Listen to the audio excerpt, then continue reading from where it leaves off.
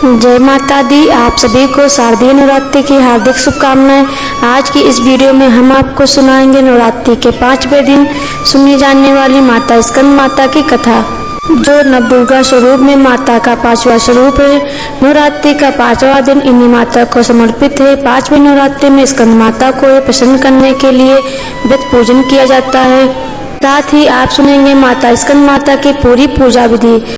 आपसे प्रार्थना है कि यह कथा अंत तक अवश्य सुनें और कथा शुरू होने से पहले हमारे चैनल को सब्सक्राइब करके एक बार कमेंट्स में दिल से जय माता दी अवश्य लिखें। स्कंद माता देवी नवरात्रि के 5वें दिन इस कथा को सुनने सभी भक्तों पर अपनी विशेष कृपा बरसाए। तो आइए अब शुरू करते हैं नवरात्रि के 5वें दिन पर नवदुर्गा के 5वें स्वरूप स्कंद माता की कथा।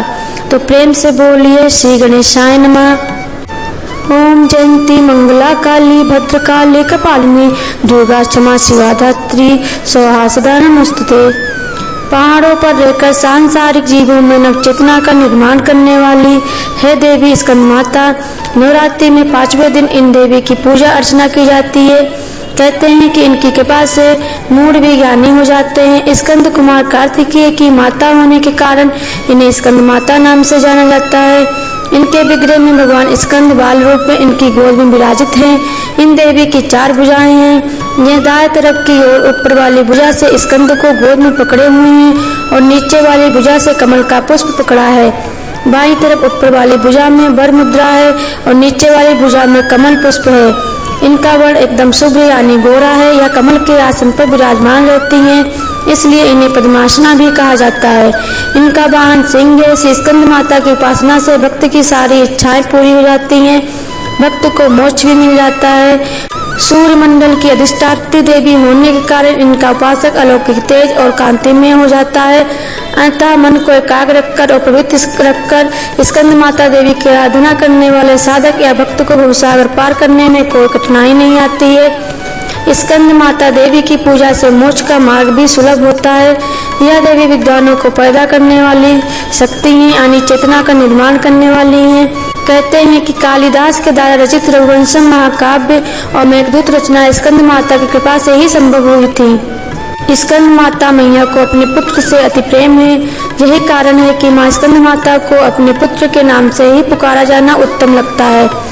मान्यता है कि स्कंद माता की कथा पढ़ने या सुनने वाले भक्तों को देवी स्कंद माता संतान सुख और सुख संपत्ति प्राप्त होने का वरदान देती हैं। स्कंद माता का यह रूप देवी पार्वती के विवाह के बाद से लेकर उनकी संतान कुमार कार्तिकेय की प्राप्ति के बीच का है। इस रूप में देवी संपूर्ण सृष्टि को धारण करने वाली और उनका पालन करने वाली हैं। सूर्य इनका निवास स्थान माना जाता है, इसलिए माता के इस स्वरूप में पीछे सूर्य का तेज हमेशा दिखाई देता है। ज्ञानी और सुंदर संतान की इच्छा रखने वाले लोगों को देवी के इस स्वरूप की आराधना अवश्य करनी चाहिए। श्री स्कंद माता की कथा के अनुसार भगवान स्कंद कुमार कार्तिकेय के नाम से भी जाने जाते हैं। ये भगवान शिव और माता पार्वती के प्रथम पुत्र हैं। इनका जन्म तारकासुर नाम के राक्षस के अंत के लिए हुआ था। भगवान स्कंद यानी कार्तिकेय को कार्तिकायों ने पाला था। इसके बाद वो माता पार्वती के पास कैलाश वापस आए थे। तारकासुर नाम के राक्षस को यह वरदान मिला था कि उसका अंत केवल भगवान भोलेनाथ, शिवशंकर और आदिशक्ति माता पार्वती के पुत्रों के हाथों से ही हो सकता है। इसलिए भगवान कार्तिकेय को शस्त्र शिक्षा बहुत ही छोटी सी आयु से ही प्राप्त करना आवश्यक था। आगे चलकर यही भगवान कार्तिकेय प्रसिद्ध देवासुर संग्राम में देवताओं के सेनापति बने थे।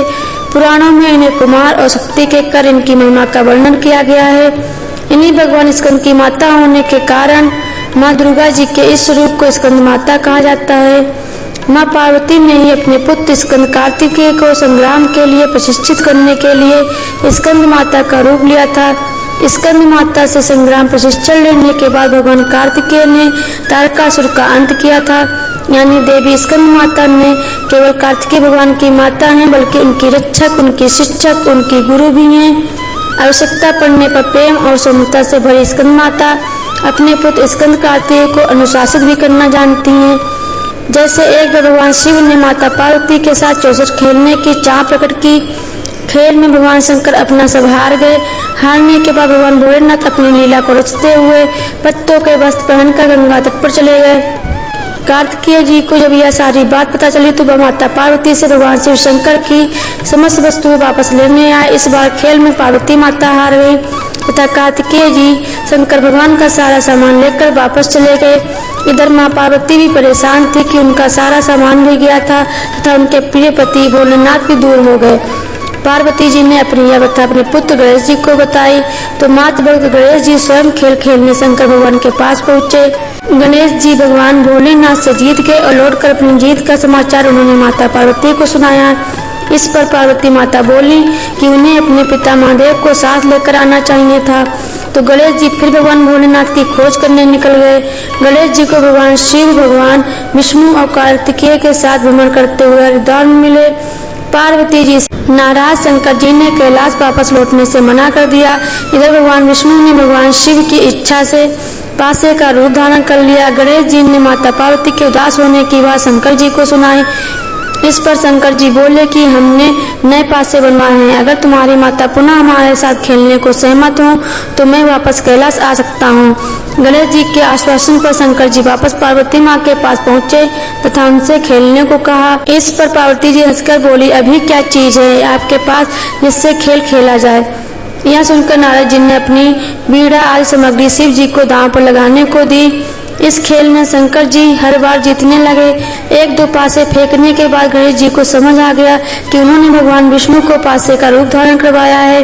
गणेश जी ने यह बात माता पार्वती को बता दी, जिससे माता पार्वती को क्रोध आ गया। उन्होंने शंकर जी को श्राप दिया कि वह गंगा की धारा का बोझ सहेंगे। नारद जी को माँ पार्वती का श्राप मिला कि वह कहीं भी एक स्थान पर नहीं टिक सकेंगे। विष्णु जी को श्राप दिया गया कि त्रेता युग में रावण उनका शत्रु होगा। फिर अपने पुत्र कार्तिकेय को भी माता पार्वती ने हमेशा बाल अवस्था में रहने का श्राप दिया। इस कारण माता पार्वती के स्कंद माता रूप में भी भगवान कार्तिकेय यानी स्कंद बालक रूप में ही दिखाई देते हैं। आइए अब जानते हैं स्कंद माता की पूरी पूजा विधि। स्कंद माता को पूजा में पीले या सुनहरे रंग के वस्त्र पहनना शुभ है। माँ का श्रृंगार पीले फूलों से करें और माँ को सुनहरे रंग के वस्त्र अर्पित करें। पीले फल चढ़ाएं। पीला रंग सुख शांति का प्रतीक होता है और इस रूप में माँ हमें दर्शन देकर हमारे मन को शांति प्रदान करती हैं। माँ स्कंद माता की पूजा के लिए पूजा के स्थान को गंगा जल से शुद्ध करें।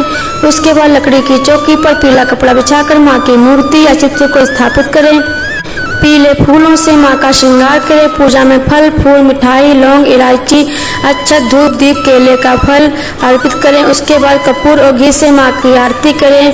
पूजा के बाद क्षमा याचना करके दुर्गा सप्तशती दुर्गा चालीसा का पाठ करें। स्कंद माता की पूजा के मंत्र हैं, या देवी सर्वभूतेषु मां स्कंद माता रूपेण संस्थिता नमस्तस्यै नमस्तस्यै नमस्तस्यै नमो नमः। स्कंद माता देवी को पीले रंग की वस्तुएं सबसे अधिक प्रिय हैं, इसलिए उनके भोग में पीले फल, पीली मिठाई अर्पित की जाती है। आप इस दिन केसर की खीर का भोग भी बनाकर माता रानी को चढ़ा सकते हैं। विद्या और बल की प्राप्ति के लिए इस दिन माँ को 5 हरी इलायची अर्पित करें और साथ में 1 लौंग का जोड़ा भी चढ़ाएं।